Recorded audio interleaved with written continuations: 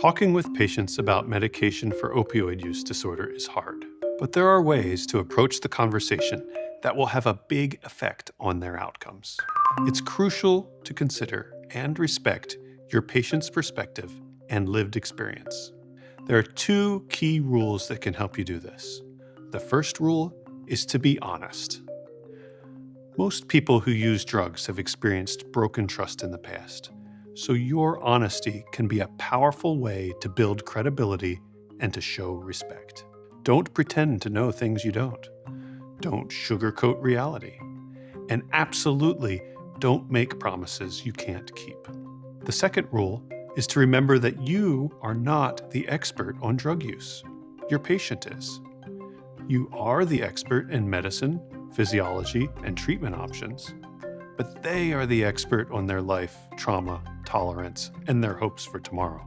If you meet your patient with humility and compassion, you are much more likely to have a meaningful conversation that will uncover their expertise.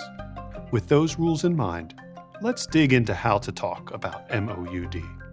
Each conversation about medication for opioid use disorder will unfold in a different way. As you get started, focus on your patient's immediate needs.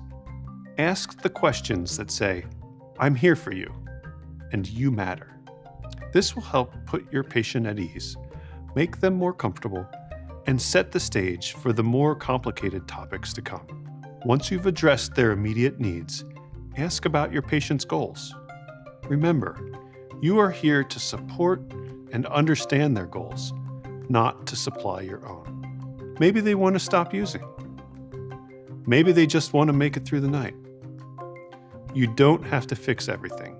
Just identify their goals and offer ways you might be able to help. When it feels right, share your knowledge. Give them unbiased information about medications for opioid use disorder. Let them know that these medications save lives and that their life is worth saving. And be sure to reduce the pressure they may be feeling. Reassure them that starting medication doesn't have to mean total abstinence, and that it's okay to have trial and error periods with MOUD, just like with other medicines.